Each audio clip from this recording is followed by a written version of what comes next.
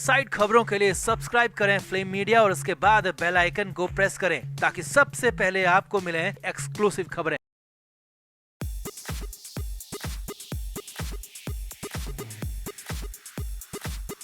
संजय राउत 3 महीने जेल में रहे हैं। वो 3 महीने याद कर संजय राउत आज भी सिहर जाते हैं और दोबारा जेल जाने की बात सुनते ही राउत की कंडीशन खराब हो जाती है, सेहत बिगड़ जाती है और इसीलिए आज यानी कि 9 दिसंबर को कोर्ट में सुनवाई के बाद संजय राउत की हालत सच में खराब हो गई। कोर्ट में जो कुछ भी हुआ उसे देखकर संजय राउत इतना ज्यादा बेचैन हो गए कि उनकी बेहोशी वाली स्थिति बन गई। अब जब राउत कोर्ट के अंदर गए थे तो बिल्कुल ठीक थे, काफी स्पीड में चलते हुए कोर्ट के अंदर गए थे, मगर जब निकले तो राउत की हालत देखकर भाई सुनील राउत भी घबरा गए। वहीं इस पूरे मामले पर नजर बनाकर रख रही ईडी ने संजय राउत की सेहत की बात को नई साजिश करार दिया है और कहा है जेल दोबारा ना जाना पड़े, इसके लिए राउत ये सब नौटंकी कर रहे हैं। तो आखिर ऐसा क्या हुआ कोर्ट में कि संजय राउत की हालत इतनी ज्यादा बिगड़ गई और ईडी इसे साजिश क्यों बता रही है, आपको बताते हैं सब। आप भी वीडियो को शेयर करें और अपनी राय कमेंट बॉक्स में जरूर दें। तो आगे बढ़ने से पहले आपको बता दें कि हमारे व्लॉग चैनल नीतू की पलटन का लेटेस्ट व्लॉग रिलीज हो चुका है, जिसका लिंक डिस्क्रिप्शन में है। आप भी जल्दी से व्लॉग देखें, लाइक शेयर और सब्सक्राइब भी करें।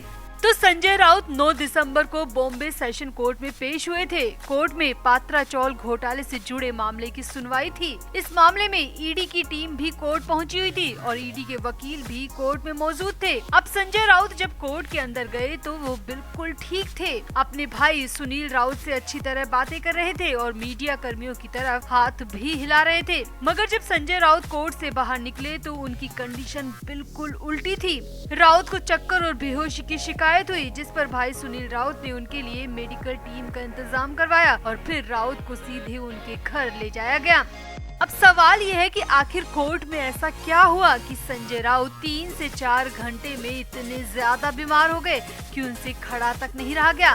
तो सूत्रों की माने तो पात्रा चौल घोटाले के जिस मामले में कोर्ट में सुनवाई थी, उस मामले में संजय राउत एक बार फिर से फंसते हुए दिख रहे हैं। पहले तो राउत पर आरोप था कि उन्होंने घोटाले के पैसों से अलीबाग में जमीनें खरीदी थी और ये पैसा संजय राउत की पत्नी के अकाउंट में आया था। मगर अब सूत्रों की माने तो इस मामले में जो अलीबाग के जमीन के मालिक की बेटी है, उसका बयान भी ईडी ने कोर्ट में सबमिट कराया है। अब इस बयान के बाद से ही संजय राउत की हालत खराब होना शुरू हो गई। सूत्रों की माने तो जिस मालिक से संजय राउत ने अलीबाग में जमीनें खरीदी थी, उनकी और उनकी पत्नी की अब डेथ हो चुकी है और अब दिवंगत दंपति की बेटी इस पूरे केस में खुद आगे बढ़कर ईडी के पास पहुंची है। पहले भी खबरें आई थी कि बेटी ने कहा था कि संजय राउत ने अपने राजनीतिक रसूख के चलते उनके माता पिता को डरा धमकाकर जमीनें अपने नाम करवाई है, क्योंकि उनके माता पिता जमीनें बेचना ही नहीं चाहते थे। और अब वो बेटी खुद चलकर ईडी के पास आई है, क्योंकि बेटी को इस बात का डर है कि संजय राउत अब जेल से निकल चुके हैं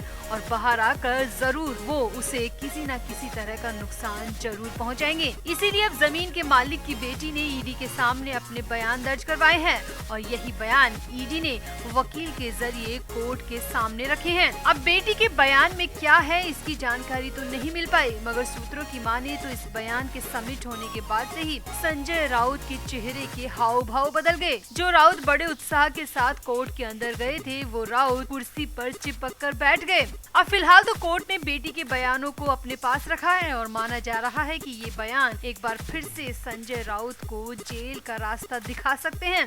इसी डर की वजह से कोर्ट से बाहर निकलकर संजय राउत का बीपी अचानक से लो हो गया और उन्हें बेहोशी और चक्कर की शिकायत हुई, जिसके बाद संजय राउत के भाई सुनील राउत ने मेडिकल टीम की मदद ली और राउत को इलाज दिलवाया और इसके बाद सुनील राउत संजय राउत को लेकर उनके घर मैत्री चले गए। अब सूत्रों की माने तो ये बयान जहां ईडी के लिए हथौड़े का काम करेंगे, वहीं संजय राउत के लिए ये बयान शूल का काम करेंगे और ईडी सूत्रों की माने तो इसीलिए संजय राउत अभी से अपनी सेहत का बहाना बनाना शुरू कर चुके हैं, ताकि अगर गिरफ्तारी की तलवार फिर से लटकती है तो वो कोर्ट को अपनी सेहत के नाम पर गुमराह कर सके। ईडी सूत्रों की माने तो बेटी के बयान के आधार पर अब एक नए एंगल से जांच शुरू हो सकती है और ईडी के साथ ही मुंबई पुलिस भी केस में दखल दे सकती है, क्योंकि बेटी ने बयान में धमकाने और जबरदस्ती करने की बात भी कही है। तो हो सकता है कि ईडी के साथ ही अब संजय राउत मुंबई पुलिस के हत्थे भी चढ़ जाएं और अगर ऐसा होता है तो राउत के खिलाफ धमकाने और जबरन जमीन छीनने का केस भी चल सकता है, जो कि राउत को जेल भिजवाने के लिए काफी है। अब राउत दोबारा जेल के बारे में सोच कर ही बेहोश हो रहे हैं, या फिर ईडी का कहना सही है कि राउत जेल जाने से बचने के लिए सेहत को मोहरा बना रहे हैं। तो राउत पर आई नई आफत पर आपका क्या कहना है? क्या राउत को दोबारा जेल होनी चाहिए? आप भी अपनी राय कमेंट बॉक्स में जरूर दें और वीडियो को भी शेयर करें।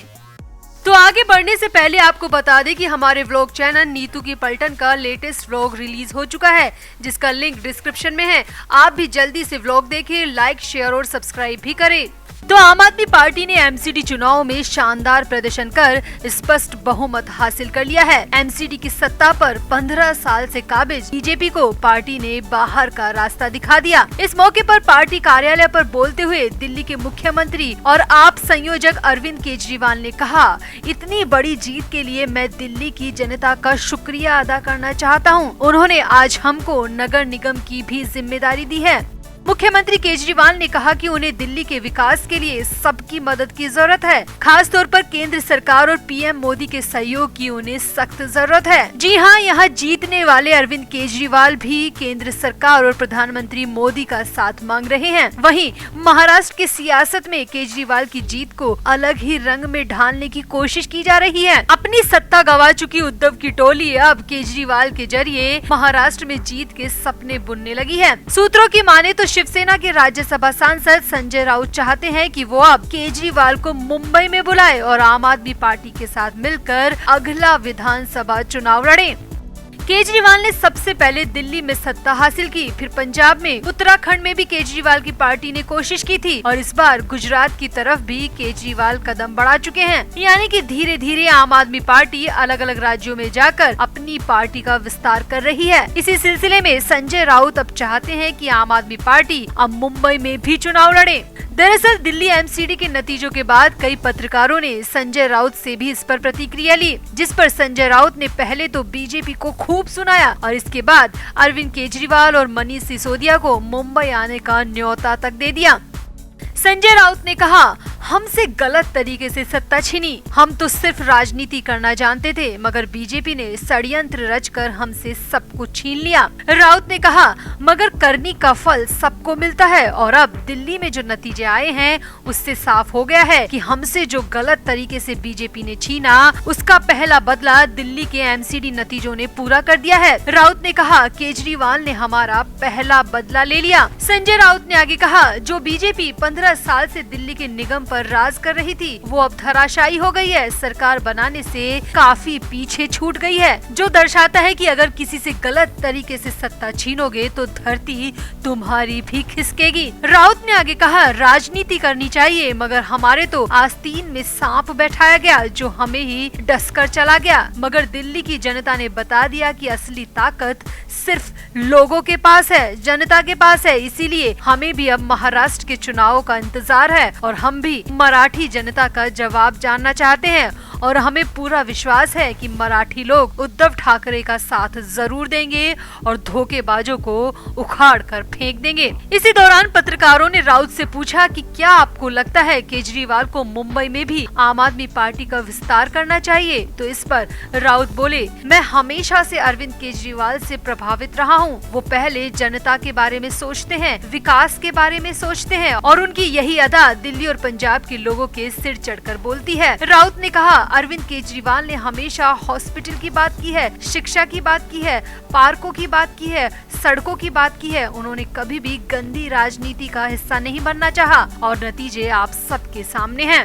राउत ने कहा, केजरीवाल जब चाहे मुंबई आ सकते हैं, हम उनका खुले हाथों से स्वागत करेंगे। यहाँ राउत ने अपनी विस्मय मुस्कान के जरिए ये इशारा भी दे दिया कि अगर परिस्थितियां सही रही तो शिवसेना और आम आदमी पार्टी मिलकर आगे का रास्ता नाप सकती हैं। तो संजय राउत अब गद्दी के लिए, सत्ता के लिए केजरीवाल का साथ चाहते हैं और ये बात उन्होंने इशारों में कह दी है। तो क्या राउत के इस बयान से कांग्रेस और एनसीपी को दिक्कत हो सकती है और क्या केजरीवाल उद्धव की शिवसेना के साथ आने को तैयार होंगे? आप भी अपनी राय कमेंट बॉक्स में जरूर दें और वीडियो को भी शेयर करें।